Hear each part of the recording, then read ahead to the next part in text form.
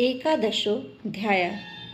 देवताओं द्वारा देवी की स्तुति तथा देवी द्वारा देवताओं को वरदान। ध्यानम। मैं भुवनेश्वरी देवी का ध्यान करती हूँ।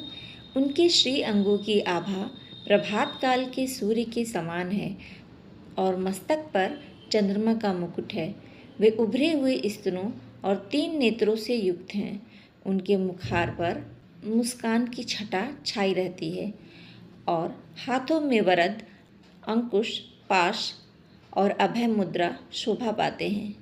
ऋषि कहते हैं, देवी के द्वारा वहाँ महादैत्यपति शुंभ के मारे जाने पर इंद्र आदि देवता अग्नि को आगे करके उन कात्यायनी देवी की स्तुति करने लगे।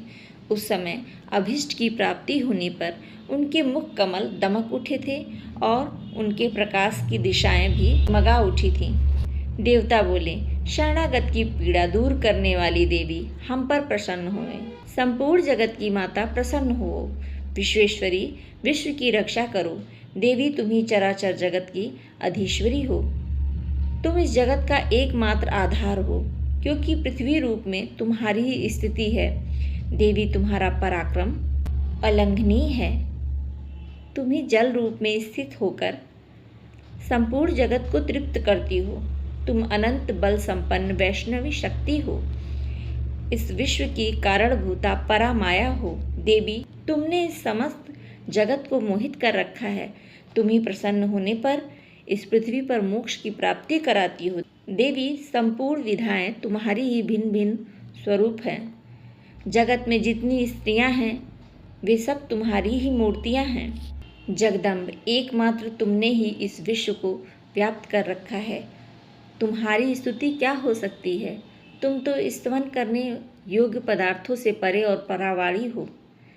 जब तुम सर्वस्वरूपा देवी स्वर्ग तथा मोक्ष प्रदान करने वाली हो, तब इसी रूप में तुम्हारी स्तुति हो गई। तुम्हारी स्तुति के लिए इससे अच्छी उक्तियाँ और क्या हो सकती हैं? बुद्धि रूप से सब लोगों के हृदय में विराजमान करने वाली तथा स्वर्ग एवं मोक्ष प्रदान करने वाली नारायणी देवी, तुम्हें नमस्कार है। कला, काष्ठा आदि के रूप में क्रमशः परिणाम अवस्था परिवर्तन की ओर ले जाने वाली तथा विश्व का उपसंहार करने में समर्थ नारायणी, तुम्हें नमस्कार। नारायणी, तुम सब प्रकार का मंगल प्रदान करने वाली मंगलमयी हो, कल्याणदायिनी शिवा हो, सब पुरुषार्थों को सिद्ध करने वाली शरणागत वात्सल्य, तीनों नेत्रों वाली एवं गौरी हो। तुम्हें नमस्कार है। तुम सृष्टि, पालन और संहार की शक्ति भूता सनातनी देवी, गुणों का आधार और सर्व गुणमयी हो। नारायणी, तुम्हें नमस्कार। शरण में आए दीनों एवं पीड़ितों की रक्षा में संलग्न रहने वाली तथा सबकी पीड़ा दूर करने वाली नारायणी देवी, तुम्हें नमस्कार है। नारायणी, तुम ब्रह्माणी का रूप धारण करके हंसों से जुते हुए वाहन पर बैठती हो और कुशा मिश्रित जल छिड़कती रहती हो। तुम्हें नमस्कार है। माहेश्वरी रूप में त्रिशूल, चंद्रमा और सर्प को धारण करने वाली तथा महान वृषभ की पीठ पर बैठने वाली नारायणी देवी, तुम्हें नमस्कार है। मोरों और मुर्गों से घिरे रहने वाली तथा महाशक्ति धारण करने वाली कौमारी रूप धारणी निष्पापे नारायणी, तुम्हें नमस्कार है। शंख, चक्र, गदा और सरांग धनुष रूप उत्तम आयुधों को धारण करने वाली वैष्णवी शक्ति रूपा नारायणी, तुम प्रसन्न हो। तुम्हें नमस्कार है। हाथ में भयानक महाचक्र लिए और दाढ़ों पर धरती को उठाए वाराही रूप धारणी कल्याणमयी नारायणी, तुम्हें नमस्कार है। भयंकर नृसिंह रूप से दैत्यों के वध के लिए उद्योग करने वाली तथा त्रिभुवन की रक्षा में संलग्न रहने वाली नारायणी, तुम्हें नमस्कार है। मस्तक पर किरीट और हाथ में महावज्र धारण करने वाली, सहस्र नेत्रों के कारण उद्दीप्त दिखाई देने वाली और वृत्तासुर के प्राणों का अपहरण करने वाली इंद्रिय शक्ति रूपा नारायणी देवी, तुम्हें नमस्कार है। शिवदूती रूप से दैत्यों की महती सेना का संहार करने वाली, भयंकर रूप धारण तथा विकट गर्जना करने वाली नारायणी, तुम्हें नमस्कार है। दाढ़ों के कारण विकराल मुख वाली, मुंडमाला से विभूषित मुंडमर्दिनी चामुंडा रूपा नारायणी, तुम्हें नमस्कार है। लक्ष्मी, लज्जा, महाविद्या, श्रद्धा, पुष्टि, स्वधा, ध्रुवा, महारात्रि तथा महाविद्या नारायणी, तुम्हें नमस्कार है। मेधा, सरस्वती, वरा, भूति, बाभ्रवी, तामसी, नियता तथा ईशा रूपणी नारायणी, तुम्हें नमस्कार है। स्वरूप स्वरूपा सर्वेश्वरी तथा सब प्रकार की शक्तियों से संपन्न दिव्य रूपा दुर्गे देवी, सब भयों से हमारी रक्षा करो। तुम्हें नमस्कार है। कात्यायनी, यह 3 लोचनों से विभूषित तुम्हारा सौम्य मुख सब प्रकार के भयों से हमारी रक्षा करे। तुम्हें नमस्कार है। भद्रकाली, ज्वालाओं के कारण विकराल प्रतीत होने वाला, अत्यंत भयंकर और समस्त असुरों का संहार करने वाला तुम्हारा त्रिशूल भय से हमें बचाए। तुम्हें नमस्कार है। देवी, जो अपनी ध्वनि से संपूर्ण जगत को व्याप्त करके दैत्यों के तेज को नष्ट किए देता है, वह तुम्हारा घंटा हम लोगों की पापों से उसी प्रकार रक्षा करे जैसे माता अपने पुत्रों की बुरे कर्मों से रक्षा करती है। चंडिके, तुम्हारे हाथ में सुशोभित खड्ग, जो असुरों के रक्त और चर्बी से चर्चित है, हमारा मंगल करे। हम तुम्हें नमस्कार करते हैं। देवी, तुम प्रसन्न होने पर सब रोगों को नष्ट कर देती हो और कुपित होने पर मनोवांछित सभी कामनाओं का नाश कर देती हो।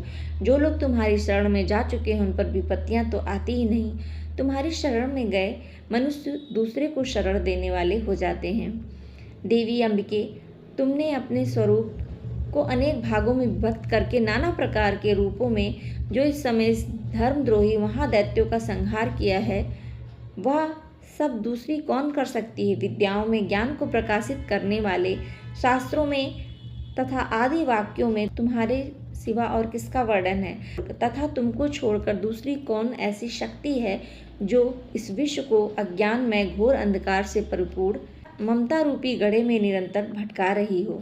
जहाँ राक्षस, जहाँ भयंकर विष वाले सर्प, जहाँ शत्रु, जहाँ लुटेरों की सेना और जहाँ दवा नाल हो, वहाँ तथा समुद्र के बीच में भी साथ रहकर तुम विश्व की रक्षा करती हो। विश्वेश्वरी, तुम विश्व का पालन करती हो, विश्व रूपा हो, इसलिए संपूर्ण विश्व को धारण करती हो। तुम भगवान विश्वनाथ की वंदनीया हो। जो लोग भक्ति पूर्वक तुम्हारे सामने मस्तक झुकाते हैं, वे संपूर्ण विश्व को आश्रय देने वाले होते हैं। देवी, प्रसन्न हो। जैसे इस समय असुरों का वध करके तुमने शीघ्र ही हमारी रक्षा की है, उसी प्रकार सदा हमें शत्रुओं के भय से बचाओ। संपूर्ण जगत का पाप नष्ट कर दो और उत्पात और पापों के फल स्वरूप प्राप्त होने वाले महामारी आदि बड़े बड़े उपद्रवों को शीघ्र दूर करो। विश्व की पीड़ा दूर करने वाली देवी, हम तुम्हारे चरणों में पड़े हुए हैं, हम पर प्रसन्न हो जाओ। त्रिलोक निवासियों की पूजनीया परमेश्वरी, सब लोगों को वरदान दो। देवी बोली, देवताओं, मैं वर देने को तैयार हूँ। तुम्हारे मन में जिसकी इच्छा हो वह वर मांग लो। संसार के लिए उस उपकार वर को मैं अवश्य दूंगी। देवता बोले, सर्वेश्वरी, तुम इसी प्रकार तीनों लोक की समस्त बाधाओं को शांत करो और हमारे शत्रुओं का नाश करो। देवी बोली, देवताओं, वैवस्वत मनवंतर के 28वें युग में शुंभ और निशुंभ नामक 2 अन्य महादैत्य उत्पन्न होंगे। तब मैं नंदगोप के घर में उनकी पत्नी यशोदा के गर्भ से अवतरित हो विंध्याचल में जाकर रहूंगी और उक्त दोनों असुरों का नाश करूंगी। फिर अत्यंत भयंकर रूप से पृथ्वी पर अवतार ले मैं वैप्रचित्र नाम के दानवों का वध करूंगी। उन भयंकर महादैत्य को भक्षण करते समय मेरे दांत अनार के फूल की भांति लाल हो जाएंगे। तब स्वर्ग में देवता और मर्त्यलोक में मनुष्य सदा मेरी स्तुति करते हुए मुझे रक्तदंतिका कहेंगे। फिर जब पृथ्वी पर 100 वर्षों के लिए वर्षा रुक जाएगी और पानी का अभाव हो जाएगा, उस समय मुनियों के स्तमन करने पर मैं पृथ्वी पर अयोनिजा रूप में प्रकट हो जाऊंगी और 100 नेत्रों से मुनियों को देखूंगी। अतः मनुष्य शताक्षी इस नाम से मेरा कीर्तन करेंगे। देवताओं, उस समय मैं अपने शरीर से उत्पन्न हुए शाकों द्वारा समस्त संसार का भरण पोषण करूंगी। जब तक वर्षा नहीं होगी, तब तक वे शाक ही सबके प्राणों की रक्षा करेंगे। ऐसा करने के कारण पृथ्वी पर शाकांबरी नाम से मेरी ख्याति होगी। उसी अवतार में मैं दुर्गम नामक महादैत्य का वध करूंगी। इससे मेरा नाम दुर्गा देवी के रूप में प्रसिद्ध होगा। फिर मैं जब भीम रूप धारण करके मुनियों की रक्षा के लिए हिमालय पर रहने वाले राक्षसों का भक्षण करूंगी, उस समय सब मुनि भक्ति से नतमस्तक होकर मेरी स्तुति करेंगे। तब मेरा नाम भीमा देवी के रूप में विख्यात होगा। जब अरुण नामक दैत्य तीनों लोक में भारी उपद्रव मचाएगा, तब मैं तीनों लोकों का हित करने के लिए 6 पैर वाले असंख्य भ्रमरों का रूप धारण करके उस महादैत्य का वध करूंगी। उस समय लोग भ्रामरी के नाम से चारों ओर मेरी स्तुति करेंगे। इस प्रकार जब संसार में दानवी बाधा उपस्थित होगी तब तब अवतार लेके मैं शत्रुओं का संहार करूंगी। इस प्रकार श्री मार्कंडेय पुराण में सावर्णिक मनवंतर की कथा के अंतर्गत देवी महात्म्य में देवी स्तुति नामक 11वां अध्याय पूरा हुआ।